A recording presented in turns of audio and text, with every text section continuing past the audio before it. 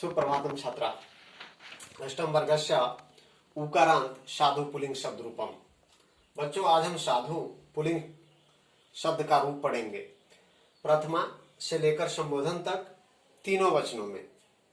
प्रथमा साधु का एक वचन रूप होता है साधु, द्विवचन साधु, बहुवचन साधुआ। तीसरा साधु, दूसरा द्वितीय विभक्ति में एक वचन साधु, द्विवचन साधु, बहुवचन साधुन। तृतीया साधुना, द्विवचन साधुभ्याम, बहुवचन साधुभी। चतुर्थी एक वचन साधवे, द्विवचन साधुभ्याम, बहुवचन साधुभ्यः।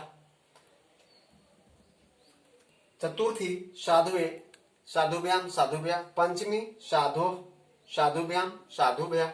षष्ठी में ठीक पंचमी की तरह साधो ही होता है। साधो, साधो द्विवचन बदल जाता है इसका, बहुवचन साधुभ्याम। षष्ठी में साधो, साधो, साधु नाम। पंचमी और षष्ठी का द्विवचन एक जैसा होता है। किसका? षष्ठी और सप्तमी का। सप्तमी साधव, साधो, साधुषु। संबोधन हे साधो, हे साधु, हे साधुआ। बच्चों, इसमें देखना है किसका किसका रूप एक होता है तो आपको सहूलियत होगी। प्रथमा और द्वितीय द्विवचन एक जैसा होगा। तृतीया, चतुर्थी और पंचमी द्विवचन एक जैसा होगा। षष्ठी सप्तमी द्विवचन एक जैसा होगा। ठीक है। प्रथमा कौन एक जैसा होगा? तो पंचमी और षष्ठी एक वचन एक जैसा है। फिर अब बहुवचन की ओर आते हैं तो देखिए, चतुर्थी और पंचमी का बहुवचन एक जैसा होता है। ये सब याद रखने से क्या होगा, आपको जल्दी से स्मरण हो जाएगा। तो इसका रूप क्या होगा? जैसे कर्ता कारक का चिन्ह होता है ने, द्वितीय कर्म कारक का चिन्ह होता है को। तो क्या करेंगे? साधु अर्थात साधु ने, साधु, साधु को। क्या चिन्ह होगा इसमें? लगाते चले जाएंगे। यहां पर क्या हो जाएगा? साधु ने। ठीक है। साधु में साधु को, साधुना क्या हो जाएगा? साधु से, साधु से। तृतीया में यहां हो जाएगा, द्वितीया में साधु को। ये सब अर्थ निकलते जाता है जिससे वाक्य रचना में मदद मिलती है शब्द रूप याद रखने पर या अर्थ निकालने में। चतुर्थी में साधुवे, साधु के लिए, साधु को। पंचमी में साधु से। कहने का अर्थ है, यहां हम इसलिए लिख रहे हैं इसको कि आपको से शब्द दो जगह आया है। तृतीया में भी से और के द्वारा दोनों चिन्ह होता है और पंचमी में भी से होता है। यहाँ क्या होता है? अलगाव का बोध होता है। पंचमी में अर्थात अलग होने का बोध होगा इस साधु शब्द से, और इस साधुना शब्द से क्या होगा? जुड़ने का बोध होता है, अर्थात कंसर्निंग का बोध होता है। ठीक है। षष्ठी में साधु, साधु का की के, तो इसका भी रूप लिख लीजिए। चतुर्थी में साधु को या साधु के लिए, साधु के लिए लिखते हैं, ज्यादा को का प्रयोग होता है, को भी हो सकता है। साधु का, इसके में क्या हो जाएगा? षष्ठी में साधु का। और सप्तमी में क्या होता है? साधव, साधो, साधेसु, अर्थात साधु में। ठीक है। इसमें में या पर होता है तो में का उपयोग करेंगे। और हे साधु मतलब अरे साधु, तो अरे तो नहीं, आदरणीय शब्द हे साधु का प्रयोग करेंगे। इस तरह से इसका अर्थ क्या हो गया? साधु, एक साधु या साधु ने, एक साधु ने, दो साधु ने, सभी साधु ने, बहुत साधु ने। साधु का क्या हो जाएगा? एक साधु को, दो साधु को, सभी साधु को। तृतीया में हो जाएगा साधु से, दो साधु से, सभी साधु से।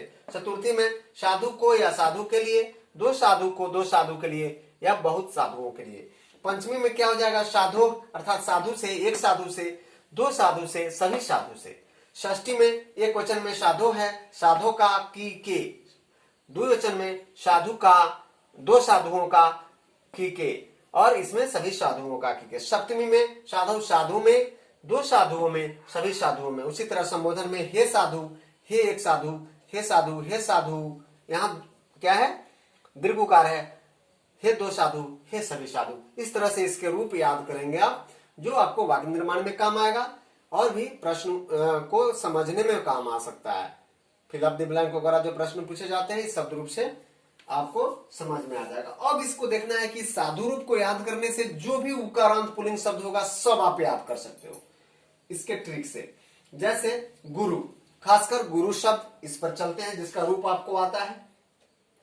शंभु, पशु, ऋतु, प्रभु, वायु इत्यादि जो रूप होता है यह सब इसी पर चलता है, साधु शब्द पर ना। गुरु, गुरु खासकर पूछा जाता है परीक्षा में, इसलिए इन शब्दों को याद करेंगे। उकारांत पुल्लिंग शब्द जो है व्याकरण की पुस्तक में दिए हुए हैं, प्लस मैं भी बता भी दिया आपको कि गुरु, शंभु, पशु, शिशु, वायु ये सब मुख्य शब्द हैं जो आप याद करेंगे और इसके अनुसार लिखेंगे।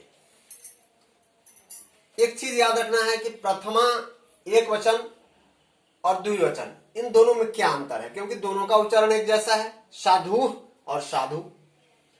कहता है इसमें प्रथमा एक वचन में ह्रस्व उकार के बाद हम विसर्ग लगाते हैं जो इसकी विभक्ति है, जबकि द्विवचन में क्या है, केवल दीर्घ उकार हो जाता है। यह उसी तरह से है जैसे इकारांत मुनि पुल्लिंग शब्द में क्या किए थे हम लोग, ह्रस्व इकार लिखकर और विसर्ग दिए थे एक वचन में, और द्विवचन में क्या किए थे, केवल दीर्घ इकार दे दिए थे, मुनि। उस तरह से यहाँ क्या है, साधु ना। तो एक वचन द्विवचन में सेम होता है, केवल दीर्घ उकार लगा देते हैं। अंतर यही है ह्रस्व उकार और दीर्घ उकार में कि साधु में जो भी द्विवचन होगा उसमें दीर्घ हो जाएगा, मुनि। एक ही तरीका से, एक ही ट्रिक से आप सारे पुल्लिंग शब्द को देख लेंगे। अब आपका पुल्लिंग शब्द कंप्लीट हो गया। क्या क्या हुआ, अकारांत पुल्लिंग शब्द कंप्लीट, इकारांत कंप्लीट, उकारांत कंप्लीट, 3 हो गया पीरियोडिक 1 के लिए। इस तीनों में से आप जो भी रूप हो इसके आधार पर दूसरे शब्द रूप को याद करेंगे और लिखने का अभ्यास करेंगे। गुरु, वायु, शंभु ये सब चीज तो आपको आना ही चाहिए। हर से 5-5 शब्द रूप याद करना है। अगले दिन आपको इसका वर्कशीट मिल जाएगा। तब तक आप गुरु का लिखने का अभ्यास करेंगे, वायु का लिखने का, प्रभु का लिखने का, इन सारे चीजों को लिखने का अभ्यास करेंगे आप। मनु इसी तरह से चलेगा। ठीक है, धन्यवाद।